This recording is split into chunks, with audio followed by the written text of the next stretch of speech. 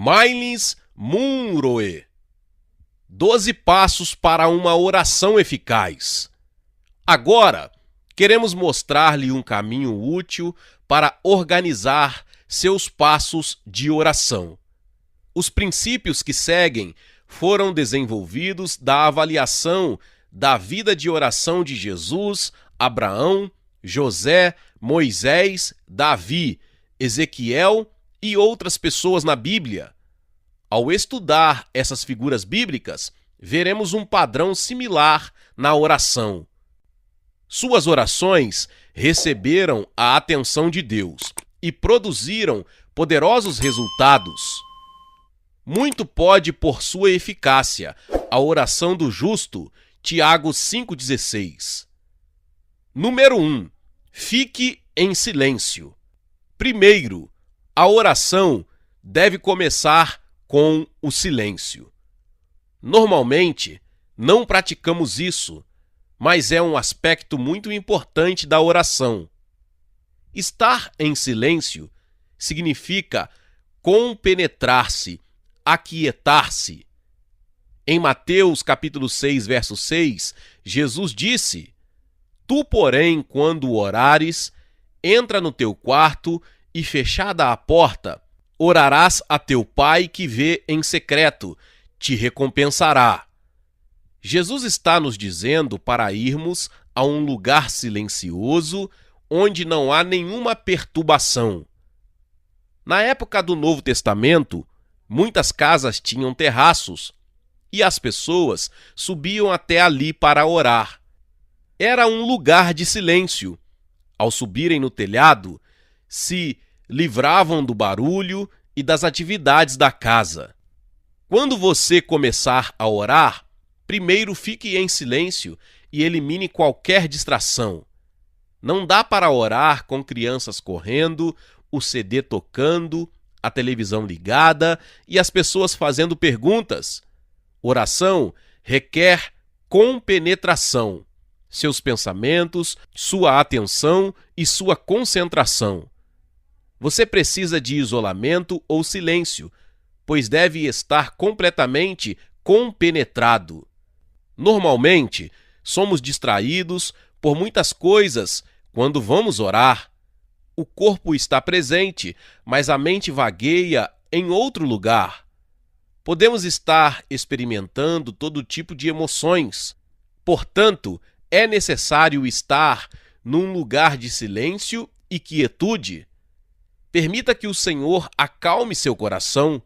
Tu, Senhor, conservará em perfeita paz aquele cujo propósito é firme em ti, porque ele confia em ti.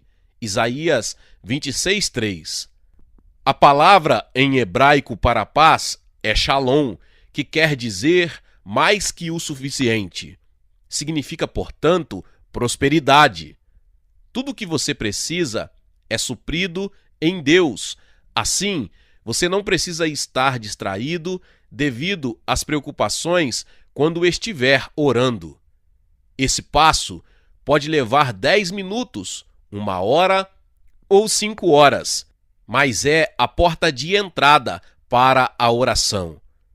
Às vezes, ouvimos histórias de pessoas que oram por 10 horas na floresta. Como elas conseguem isso? É preciso ler os detalhes da vida de oração dessas pessoas. Elas passam 2 ou 3 horas caminhando para se livrarem de todos os pensamentos que levam a distrações. Então, quando você estiver na presença do Senhor, em um local privado, fique quieto e nada ouça senão a Deus. Deixe seu coração descansar e vá a um lugar de silêncio. Ali, você estará orando realmente. Frequentemente, tentamos apressar esse processo. A Bíblia diz: aquietai-vos e sabei que eu sou Deus, sou exaltado entre as nações, sou exaltado na terra. Salmos 46:10. Nesse sentido, podemos dizer: a oração é a expressão da dependência que o homem tem de Deus em todas as circunstâncias. Eu quero incentivá-lo a gastar tempo em silenciosa contemplação diante do Senhor. Está tudo bem se você não disser nada. Muitas vezes já começamos a falar sobre os fatos do dia e todo tipo de coisas que ouvimos. A princípio, fique quieto e compenetrado para a sua oração. Se tentar orar com o espírito, a alma, o corpo e as emoções separados, então você não é não está unificado. Você será incapaz de orar pela vontade de Deus com um único propósito. O silêncio ajuda a trazer a unidade de coração e de propósito de um ser humano com Deus. Em segundo lugar, adore. O segundo passo para a oração é a adoração. Esse passo corresponde à santificação do nome de Deus, mencionado por Jesus na sua oração do Pai Nosso. Veja Lucas 11:2. Adoração significa honra a Deus. Quando você ama alguém, você expressa como essa pessoa é preciosa para você. A primeira parte do Salmo 95 é uma boa passagem das Escrituras para este propósito. Penso que daria uma linda canção de louvor. De fato, você poderia musicar esse salmo e cantá-lo o dia inteiro. Vinde, cantemos ao Senhor, com júbilo, celebremos o rochedo da nossa salvação. Saiamos ao seu encontro com ações de graças. Vitoriemo-lo com salmos, porque o Senhor é Deus supremo e o grande Rei acima de todos os deuses. Nas suas mãos estão as profundezas da terra, e as alturas dos montes lhe pertencem.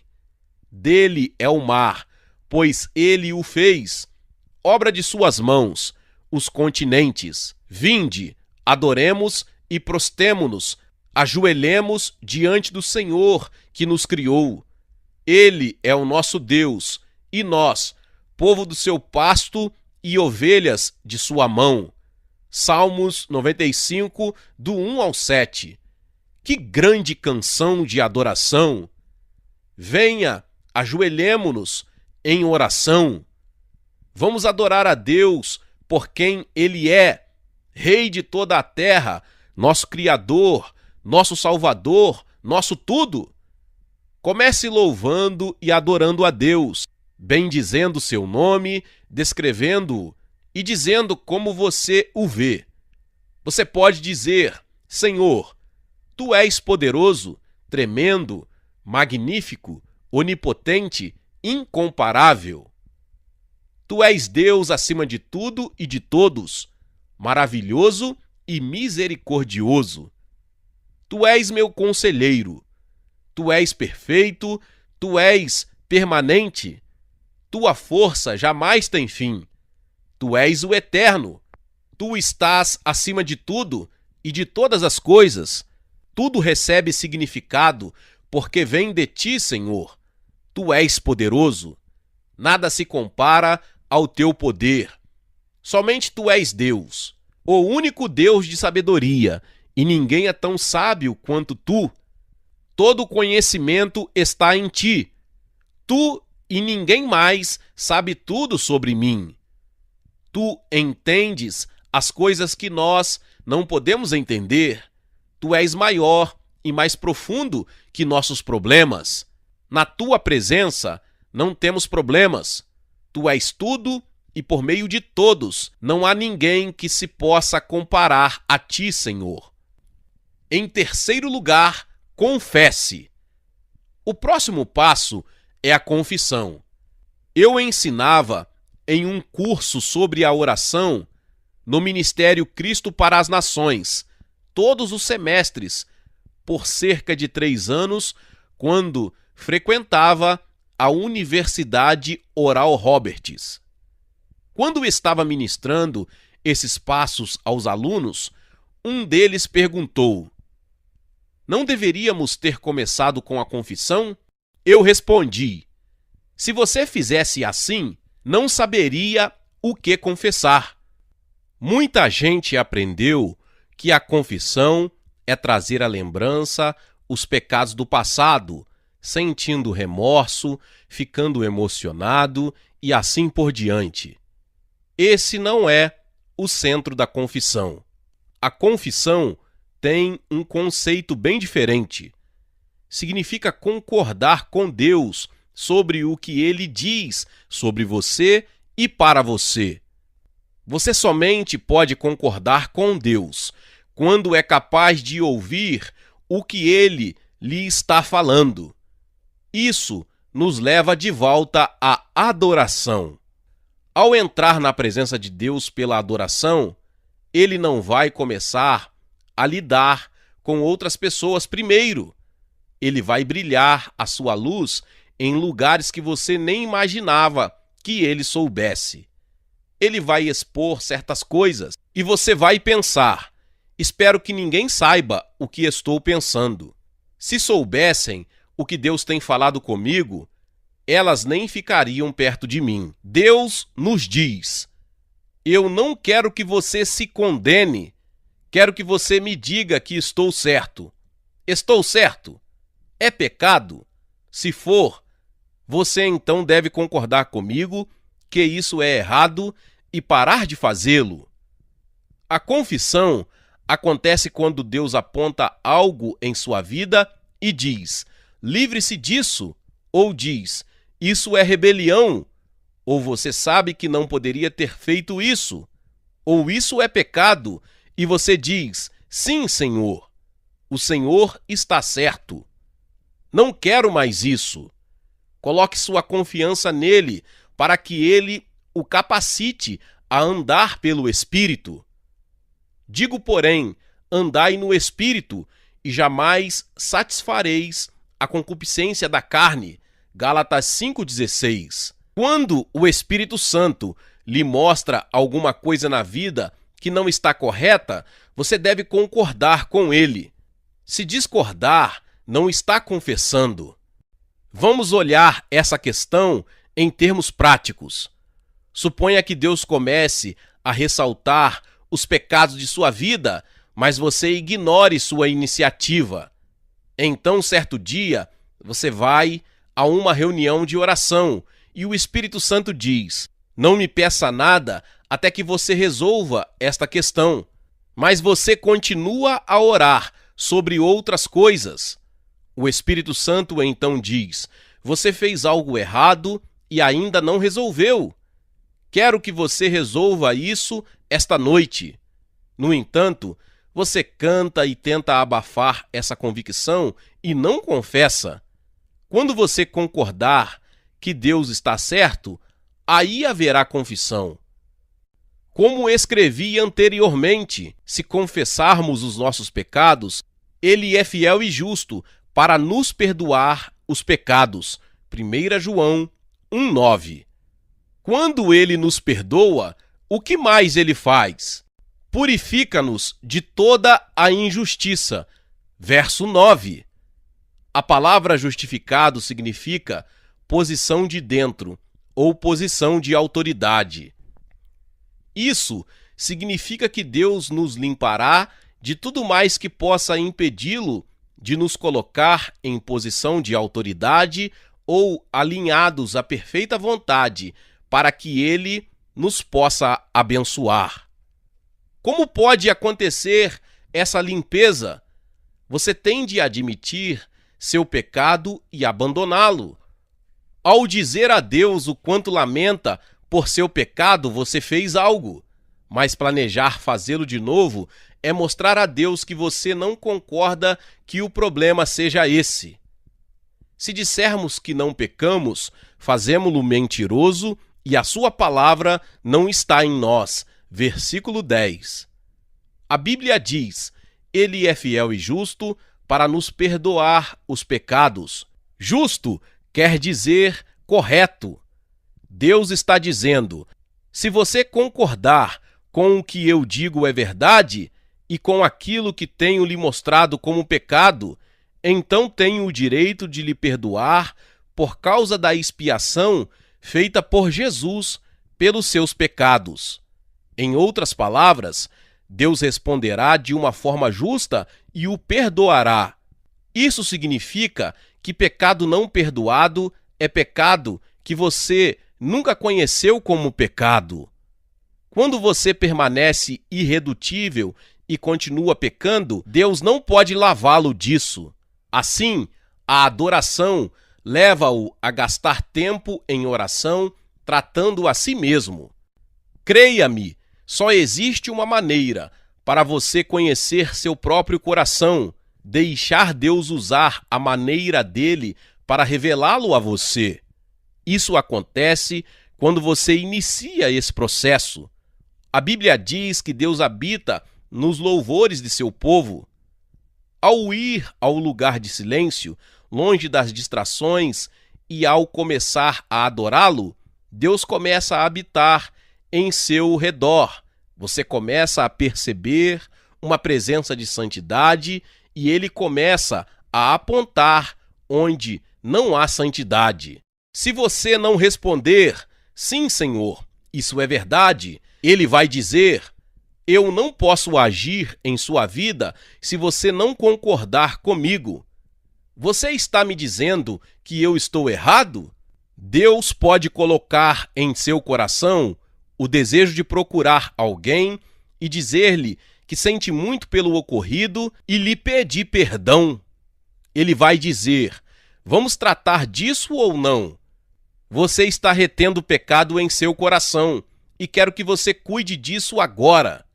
Mas Deus, o Senhor quer que eu o procure? Olhe, você não está entendendo? Isso tem bloqueado sua vida de oração. Davi foi um dos piores pecadores do mundo. Ele cometeu adultério, concebeu um filho fora do casamento e assassinou um homem. Contudo, Deus disse: este é um homem segundo o meu coração. Veja 1 Samuel 13:14, Atos 13:27. Por que Deus disse isso sobre Davi?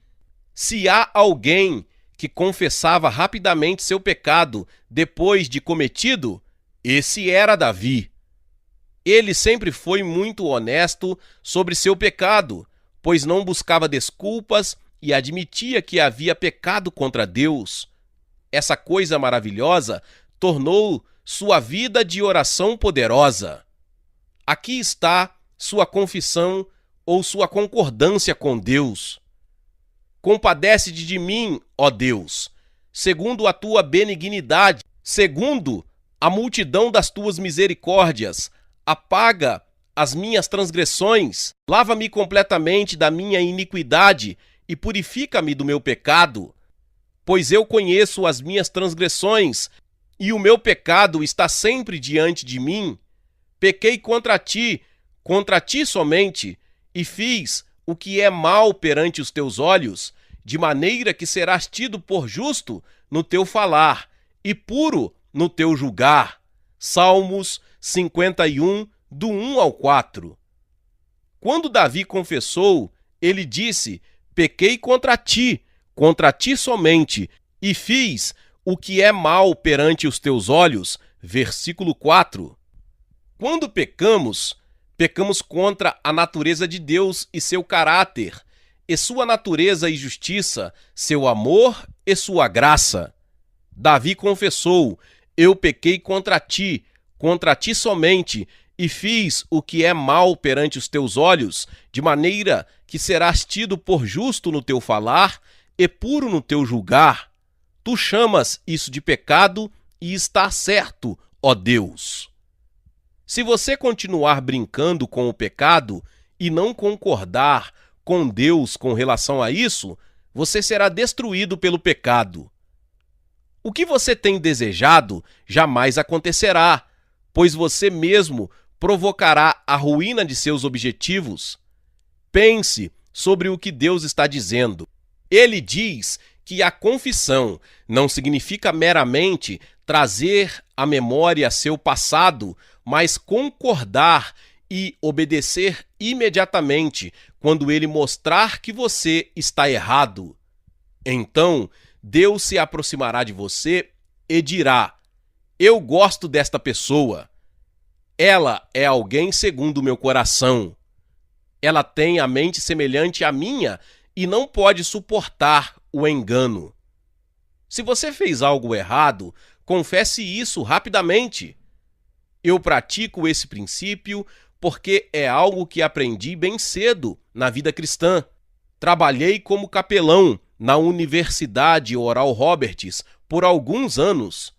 Meu supervisor imediato era capelão naquela escola.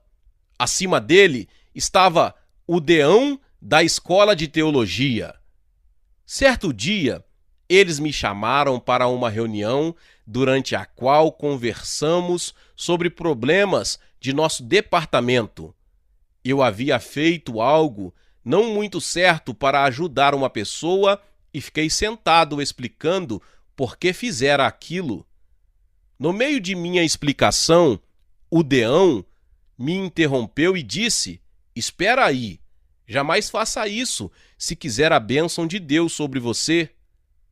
Fazer o quê? Perguntei. Ele respondeu: você não se arrepende de nada que justifica, nem se lamenta por tudo que explica. Tudo que você explica, não lamenta.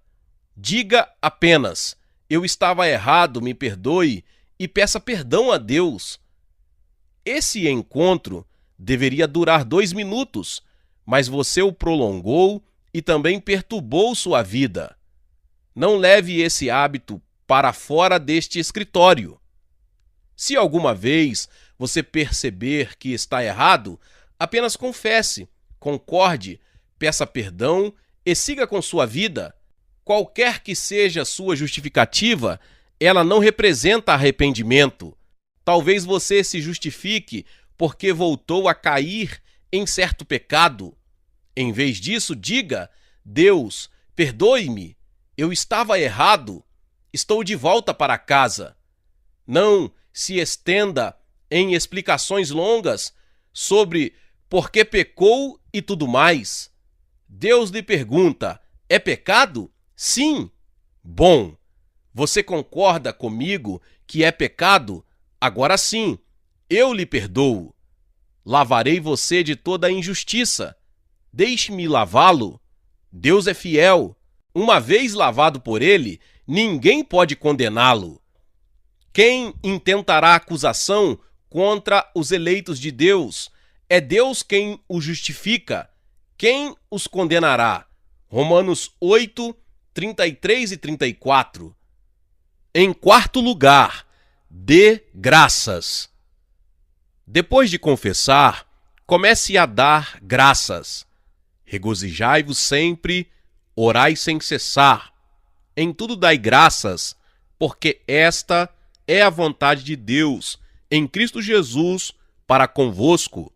1 Tessalonicenses capítulo 5, versos 16 ao 18.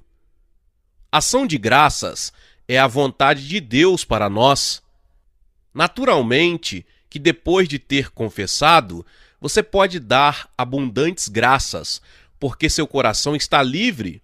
Deus não somente lhe dá a liberdade, mas também algumas coisas para você ser grato por elas. Ele acabou de lhe perdoar por seu pecado e você tem o bastante para ser grato por horas. Davi estava pensando em ações de graça quando confessou: livra-me dos crimes de sangue, ó Deus, Deus da minha salvação, e a minha língua exultará a tua justiça. Abre, Senhor, os meus lábios e a minha boca manifestará os teus louvores. Salmos 51, 14 e 15. É assim que se ora. Na verdade, esse salmo de confissão termina com adoração. Sacrifícios agradáveis a Deus são o espírito quebrantado, coração compungido e contrito, não o desprezarás, ó Deus. Então te agradarás dos sacrifícios de justiça, dos holocaustos e das ofertas queimadas. e sobre o teu altar se oferecerão novilhos sobre o teu altar. Salmos 51, 17 e 19. No Antigo Testamento, oferecer sacrifícios e queimar ofertas eram métodos de adoração. Se você já se confessou diante de Deus, então seu coração está justificado e você pode oferecer sacrifícios de louvor a Deus. Veja Hebreus 13:15. Em quinto lugar, suplique. O próximo passo é suplicar. Filipenses 4:6 diz: Não andeis ansiosos de coisa alguma, em tudo, porém, sejam conhecidas diante de Deus as vossas petições pela oração e pela súplica, com ação de graças. Suplicar é uma palavra que implica três coisas: interceder, pedir e meditar. Ao meditar, eu me disponho a uma paixão profunda. Quando você suplica, significa que você sente o coração de Deus. Você deseja os desejos dele de tal forma que isso se transforma numa experiência emocional. Isso acontece quando choramos ao orar ou oramos com mais ardor.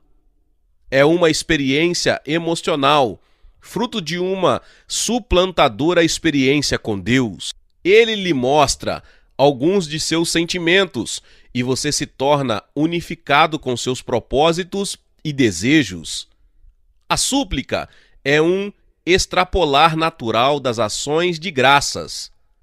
Ao dar graças, normalmente você é levado a suplicar, porque ações de graças agradam a Deus e ele lhe revela o que está no coração dele. Em sexto lugar, especifique seus pedidos e suas orações. O próximo passo é especificar suas preces. A oração não é uma varinha mágica, mas uma comunicação muito articulada, racional e intelectual. É uma verdadeira arte. Um advogado deve estudar muito antes de se colocar diante de um juiz e apresentar seu caso. É comum se ouvir o promotor ou o advogado dizer: irrelevante. Quando chegamos diante de Deus com nossos pedidos de coisas que queremos que Ele faça, devemos estar certos de que o que lhe pedimos tem relevância para Ele. É por isso que Deus tem muitos nomes. Você deve se dirigir a Ele de forma bem específica, de acordo com suas petições particulares. Se você quiser paz, invoque-o como Jeová Shalom, o Senhor é nossa paz. E em vez de Jeová Jirê, o Senhor é nosso provedor. Se você precisa de cura, é Jeová Rafá, o Senhor é quem cura. Senhor, neste caso específico, eu preciso que tu sejas Jeová Rafá. Estou legalmente apelando por cura. Não preciso de um carro agora, pois não posso nem mesmo dirigi-lo. Tu dizes na tua palavra que se seguirmos teus mandamentos, o Senhor afastará de mim toda a enfermidade. Deuteronômio 7,15. Portanto, especifique suas petições, reconhecendo o nome de Deus e sua palavra. Uma forma de fazer isso é escrever junto aos seus pedidos de oração as escrituras que você vai usar quando orar. Repetindo, a oração deve ser intencional e prática. Não é algo que se lança a ermo. É bom ter as coisas escritas bem especificamente. Então, quando você orar sobre sua lista de petições, Deus saberá que há uma intenção e um pensamento por trás de seus pedidos. Quando você ora por qualquer pedido e está orando de acordo com a palavra de Deus, Ele mandará ajuda para cada pedido. Esta é a confiança que temos com Ele, que se pedirmos alguma coisa, segundo a sua vontade, Ele nos ouve. E se sabemos que nos ouve quanto ao que lhe pedimos, estamos certos de que obtemos os pedidos que lhe temos feito. 1 João capítulo 5, versos 14 e 15. Em sétimo lugar, firme-se nas promessas de Deus. Este passo tem a ver com o anterior. Está firmado em suas promessas. Porque quantas são as promessas de Deus, tantas tem nele o sim, porquanto também por ele é o amém, para a glória de Deus, por nosso intermédio. 2 Coríntios capítulo 1, verso 20. Firme-se nas promessas de Deus, ao levar diante dele a sua palavra, aplicando-a ao pedido particular que você estiver fazendo. Quando Jesus queria ministrar ao povo, ele nunca presumia o que eles precisavam. Ele lhes perguntava. Então, parando Jesus, chamou-os e perguntou: que quereis que vos faça? Mateus 20, 32. Deus responde a pedidos específicos, baseado em suas promessas. Vamos ver alguns exemplos disso. Bartimeu era um cego e estava mendigando ao longo da rua.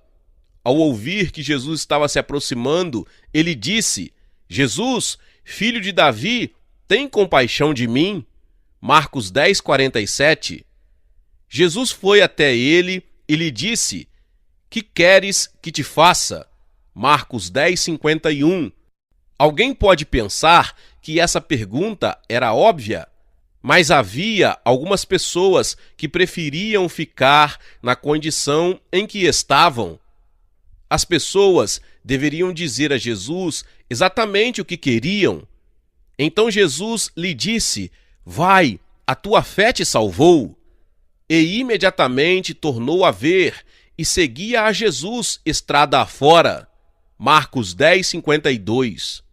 Bartimeu foi curado porque pediu por cura baseado em direitos legais. Ele gritava: filho de Davi! Marcos 10, 47 e 48. Essa é uma afirmação legal. A aliança de Abraão veio por intermédio de Davi. As Escrituras dizem que o Messias viria da linhagem de Davi e o seu trono duraria para sempre. Isaías capítulo 9, versos 6 e 7.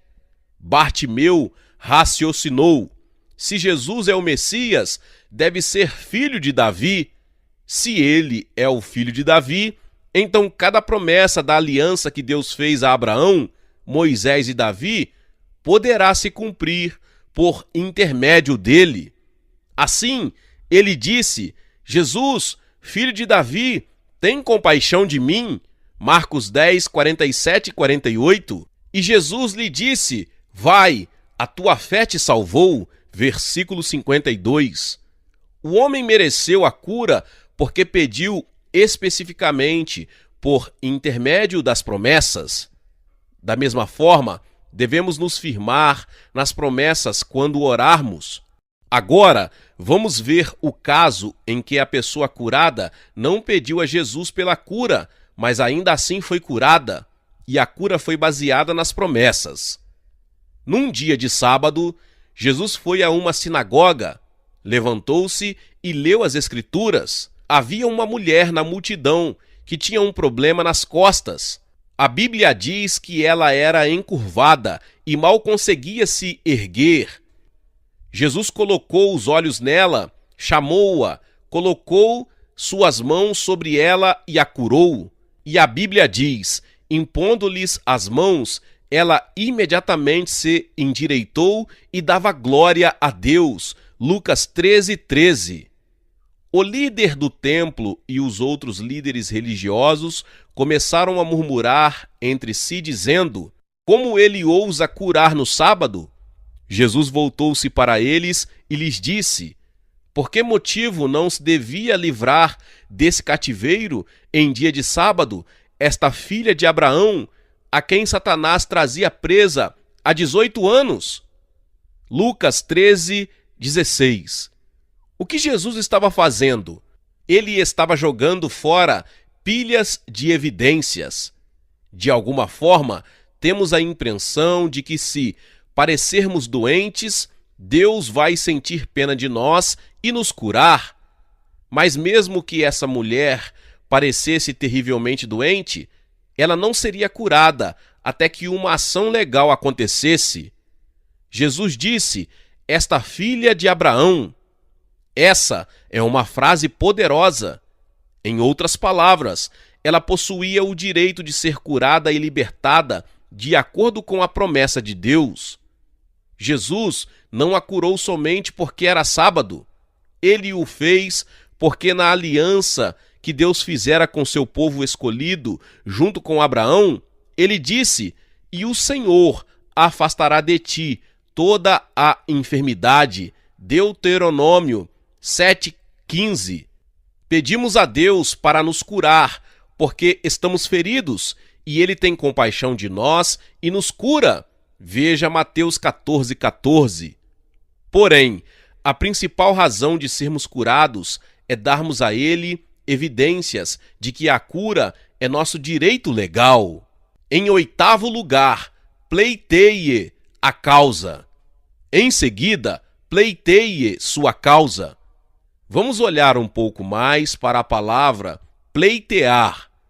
Pleitear sua causa não significa implorar, gemer e tornar-se puramente emocional. Deus não se impressiona com isso. Ao gritar, tudo que vai conseguir é se cansar. Você não receberá as respostas. A oração é uma prática legal. É algo que se faz exercendo um direito legal merecido porque você está pedindo baseado nas promessas de Deus. Em Lucas 18, na verdade, Jesus disse aos seus discípulos: "Vou lhes ensinar não somente como orar, mas também como receber as respostas de suas orações". Ele revelou como percorremos todo o caminho em oração até vermos a Deus. Jesus começou dizendo: "Havia em certa cidade um certo juiz que não temia a Deus, nem respeitava homem algum". Isto é Deus ensinando sobre a oração, e ele nos diz: para ilustrar, pense em alguém que nunca se importou com Deus e não respeita a sua situação. Imagine-se tendo de pedir alguma coisa para esse tipo de pessoa. Ele usou o pior exemplo de situação.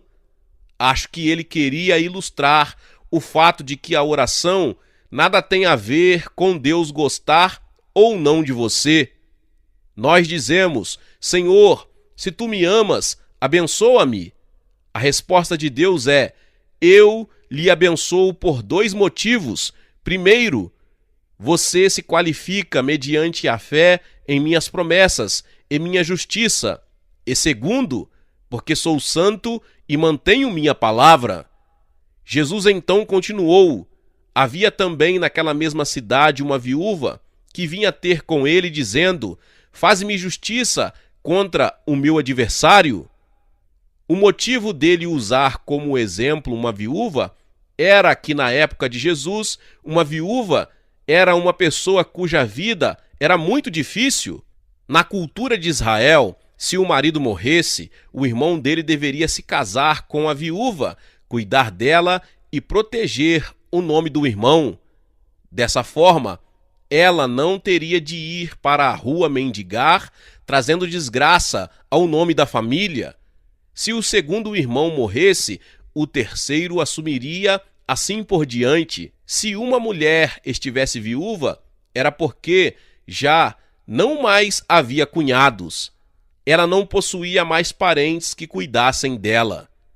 Portanto, quando Jesus ensinou sobre a oração, ele usou o pior cenário para descrever não apenas o único que é a resposta para a oração, mas também a pessoa que estava orando. Deixe-me esclarecer por que a viúva é tão importante para essa ilustração. Deus deseja que você ore com uma atitude que diga: Tu és o único que pode me ajudar. Frequentemente oramos pela ajuda divina, mas temos um plano de emergência só para garantir. Deus diz: você pode orar o quanto quiser. Não vou responder até que você não tenha outro lugar para recorrer, até que você saiba que eu sou o provedor. Deus não quer ser usado como o pneu estepe. Dizemos: se não conseguir ajuda de nenhuma fonte, eu apelo para Deus. Mas Deus diz: espere um minuto, eu não sou uma opção. Aquela mulher não tinha opção, nenhuma alternativa. Às vezes, nos encontramos em situações similares. Senhor, se tu não me ajudares, vou perder esta casa. Precisamos depender completamente dele. Jesus continuou dizendo: e por algum tempo não quis atender. Quanto tempo? Não é dito. Quando oramos, às vezes a resposta não vem imediatamente, mas isso não quer dizer que não esteja a caminho. As pessoas podem lhe perguntar: quanto tempo você vai acreditar que isso vai acontecer? Por algum tempo. Quanto tempo é isso? Não sei. Vou insistir até conseguir, porque quem tem coração puro verá a Deus. Sem santidade, sem determinação, ninguém verá a salvação de Deus. Jesus concluiu sua história com: e por algum tempo não quis atender, mas depois disse consigo mesmo: bem que não temo a Deus, nem respeito homem algum. Todavia, como esta viúva me importuna, julgarei sua causa para não suceder que, por fim, venha molestar-me. Acaso o juiz disse: vou ver se ela vai parar? Não! Ele usou o termo legal: hei de fazer-lhe justiça, que por direito é dela. Deus não pode mentir, portanto, ele cumpre tudo o que tem prometido. É a integridade de seu nome e de sua palavra que nos leva a ser persistentes na oração. Deus não é homem para que minta, nem filho do homem para que se arrependa. Porventura, tendo ele prometido, não o fará? Ou tendo falado, não o cumprirá? Números 23:19. Jesus então explicou a parábola, e disse o Senhor: considerai no que diz este juiz iníquo. Não fará Deus justiça aos seus escolhidos, que a ele clamam de dia e de noite, embora pareça demorado em defendê-los? Digo-vos que depressa lhes fará justiça.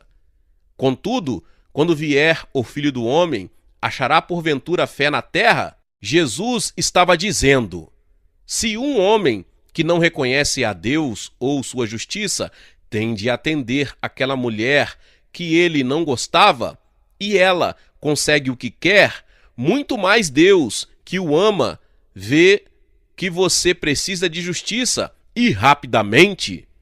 Em outras palavras, Deus não vai levar tanto tempo quanto o juiz iníquo, que não gostava das pessoas. Ele fará justiça aos seus escolhidos, aqueles que receberam suas promessas como herança espiritual. Jesus acrescentou: quando, porém, vier o Filho do Homem, achará porventura fé na terra? Fé é crer nas promessas de Deus. As pessoas oram, mas não querem crer até que a resposta venha.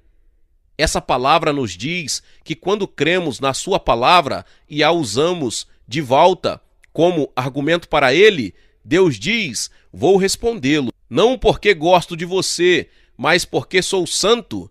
Portanto, pleiteie sua causa na palavra de Deus e na sua integridade. Em nono lugar, creia. Crer é algo muito difícil para muitos de nós. Na parábola do juiz injusto, acabamos de ver Deus nos dizer que depois de pleitearmos, devemos crer. Pedir não significa necessariamente receber. Leia cuidadosamente as palavras de Cristo nessa passagem de Marcos 11. Este é outro mini seminário sobre oração. Ao que Jesus lhes disse: tende fé em Deus, porque em verdade vos afirmo que, se alguém disser a este monte, ergue-te e lança-te no mar, e não duvidar no seu coração, mas crer que se fará o que diz, assim será com ele. Por isso vos digo que tudo quanto em oração pedirdes, crede. Marcos capítulo 11, versos 22 ao 24. Qual é a próxima frase? Que recebestes, e será assim convosco.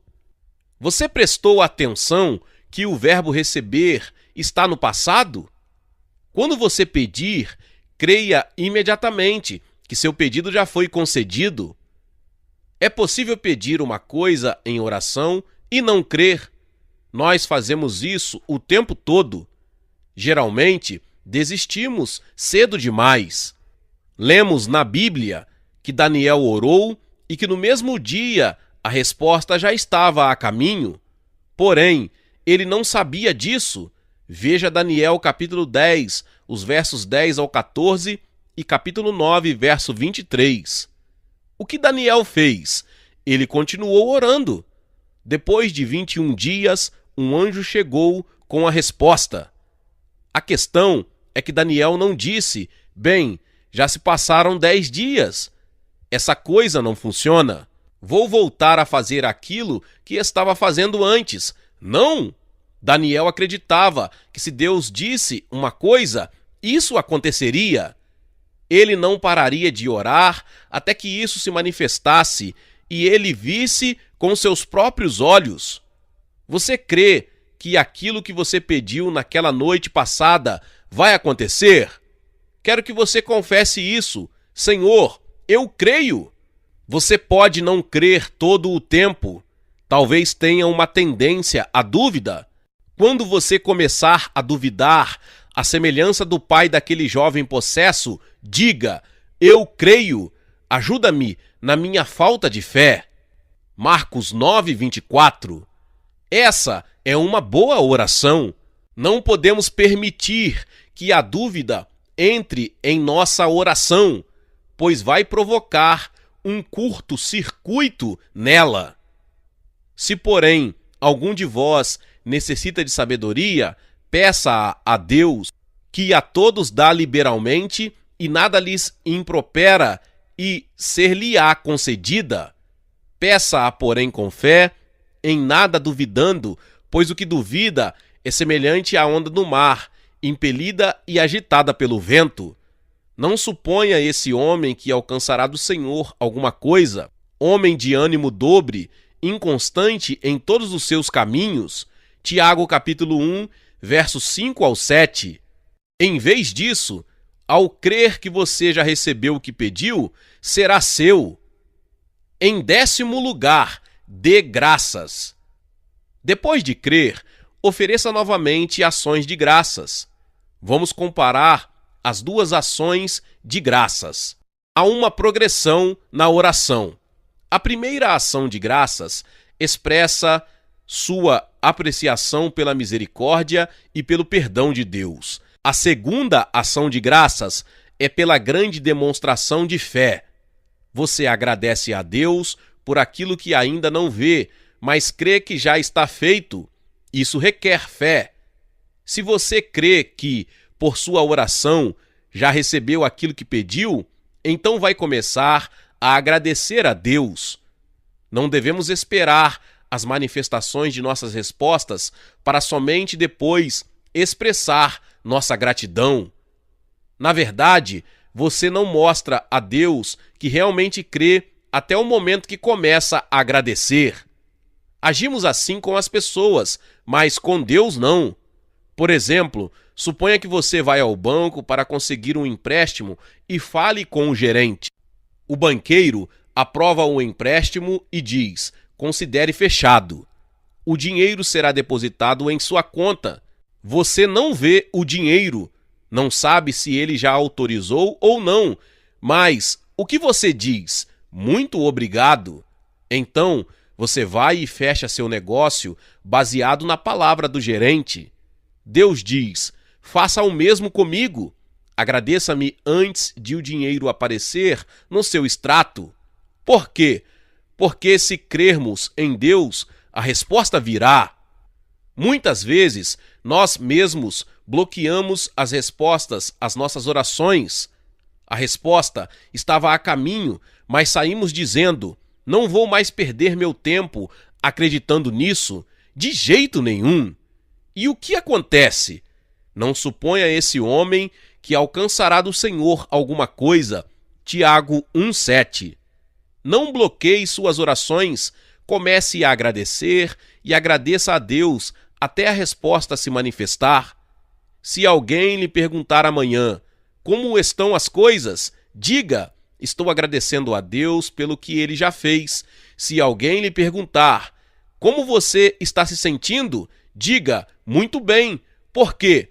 Estou agradecendo a Deus pelo que ainda será manifestado.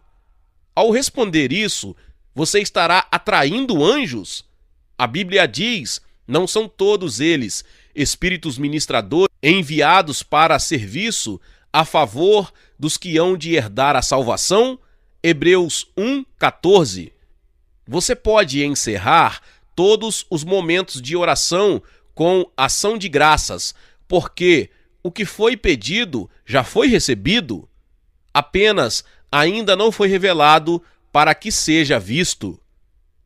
Em 11º lugar, viva com expectativas.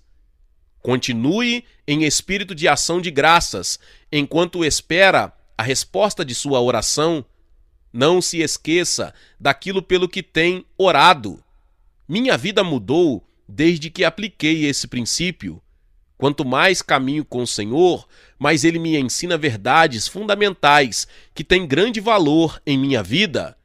Se você crê que será abençoado financeiramente e espera pela bênção de Deus, então sugiro que faça algo parecido com o que eu mesmo fiz. Alguns anos atrás, eu disse ao meu gerente: quero abrir uma conta nova. Ele perguntou: para quê? Eu respondi: para uma coisa que eu estou aguardando. Tenho várias contas naquele banco, mas eu disse: essa aqui é diferente, é a conta da bênção. Estou esperando que meu Deus me abençoe e quero provar a Ele que, enquanto espero, já providenciei o lugar onde Ele possa colocar a bênção. Se colocar na conta corrente, posso não guardá-la, mas se for na poupança, ela pode se misturar. Por isso, vou dar a Deus um alvo onde Ele possa mirar as bênçãos. Depois que abri aquela conta, tive mais dinheiro que jamais tive antes em toda a minha vida. Muitas vezes, as pessoas me procuram e dizem: Pastor Marlins, estou orando por um trabalho. Então, eu lhes pergunto: quantos formulários de emprego você já preencheu? A resposta é sempre a mesma: bem, estou orando para que o Senhor me direcione. É claro que precisamos seguir o direcionamento de Deus, mas muitas vezes somos preguiçosos e não cremos. Precisamos bater. Se você crê que Deus vai lhe dar um trabalho, preencha cada ficha possível, pois Deus vai usar uma delas para abençoá-lo. Se o empregador não souber onde você está, como ele vai lhe chamar para a entrevista? Viva na expectativa. Se você pediu a Deus um carro para que possa ir até a igreja e louvá-lo e crê que ele o ouviu, vá até a agência de veículos. Não volte à igreja dizendo: bem, o Senhor proverá. Vá até a agência dar uma olhada nos carros. Por quê? Porque você espera que Deus faça algo. Talvez você esteja orando por seu futuro cônjuge. Revele o seu melhor. Essa pessoa pode aparecer hoje. Se você não tiver expectativa, é sinal de que não crê. Faça os preparativos para a sua resposta. Talvez esteja orando por um armário novo. Creia em Deus e depois abra o espaço para colocar o armário dentro de sua casa. Você precisa que Deus o abençoe com roupas novas este ano? Comece a doar as roupas velhas. Se alguém perguntar: o que você está fazendo? Diga: estou abrindo espaço para minha resposta. Efésios 3:20 diz: ora, aquele que é poderoso para fazer infinitamente mais do que tudo quanto pedimos ou pensamos, conforme o seu poder que opera em nós. Em 12º lugar, pratique uma fé ativa. O último passo é praticar uma fé ativa que demonstre que você está vivendo uma expectativa. É o que Jesus quis dizer com buscai e batei. Em Lucas capítulo 11, verso 1, quando os discípulos pediram: Senhor, ensina-nos a orar, ele ensinou-lhes um modelo de oração. O 9º verso é parte desse discurso sobre a oração. E por isso vos digo: pedi e dar-se-vos-á, buscai e achareis, batei e abrir-se-vos-á. Jesus está nos dizendo: não pare depois de orar, levante-se e vá atrás de seu pedido. Você encontrará o que buscou. Pode ser que esteja por trás de portas fechadas. Se esse for o caso, bata. Se você crê que algo é seu ou deveria ser seu por direito, nenhuma porta ou barreira pode impedir que você tenha o que Deus já lhe deu. Quando o diabo tentar retê-lo, continue insistindo até que a porta caia no chão. De acordo com a palavra de Deus, se você bater, vai acontecer. Esse é o significado da oração ativa. Mais uma vez repito, se você depositou sua fé em Deus numa nova casa, vá procurá-la. Dê uma volta de carro na vizinhança para ver o tipo de casa que você quer. Use sua fé na proporção de sua confissão. Diga: Deus, eu creio que tu estás neste negócio. Ligue para os corretores e pergunte o que vocês têm no mercado.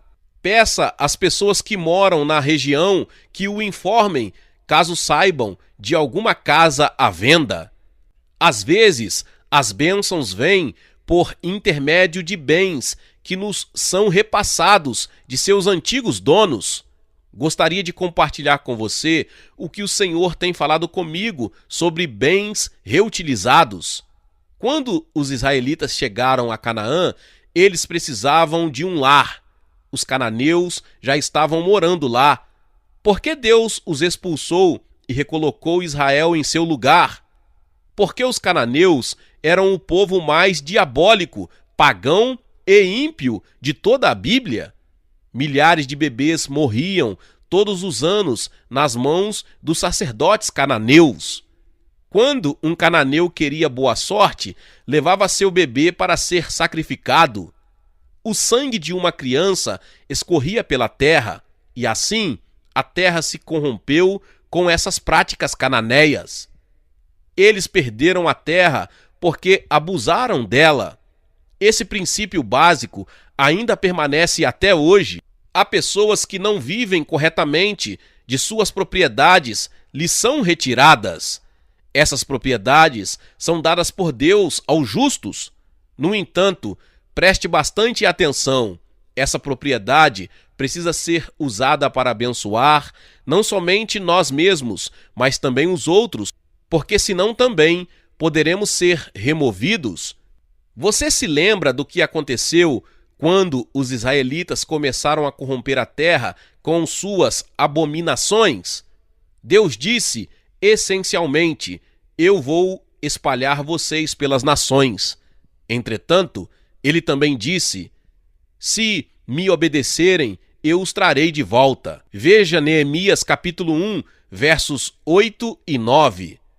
Portanto, pratique uma fé ativa e continue a viver diante de Deus em santidade e verdade. Deus o abençoará quando você pedir, buscar e bater. Cresça na graça e no conhecimento. À medida que você aprender a orar conforme o que a Bíblia ensina, você vai se tornando um cristão mais poderosamente eficaz. Use esses 12 passos como um guia para a oração e certifique-se de que sua vida está de acordo com os propósitos e a vontade de Deus. Fico muito animado com o que Deus pode fazer em sua vida se você aplicar esses princípios e crescer na graça e no conhecimento de Deus e seus caminhos. Vamos orar juntos. Pai Celestial, obrigado por nos dar os princípios da oração em sua palavra. No Salmo 119:15 está escrito: meditarei nos teus preceitos e às tuas veredas terei respeito.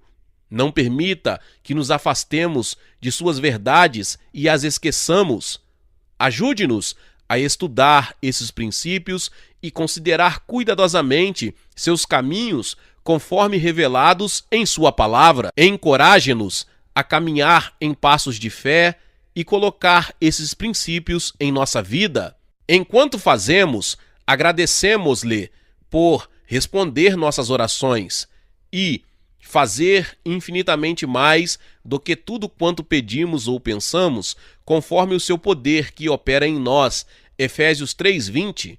Nós oramos em nome de Jesus, o mediador da nova aliança. Amém. Meus irmãos e irmãs, Deus abençoe a vida de cada um que ouviu esta palavra. Talvez você chegou aqui pela primeira vez, ouviu esta palavra e ainda não é inscrito aqui no canal. Se inscreva aqui no canal e ative o sininho das notificações. Todos os dias são postados vídeos abençoados aqui no canal para te abençoar.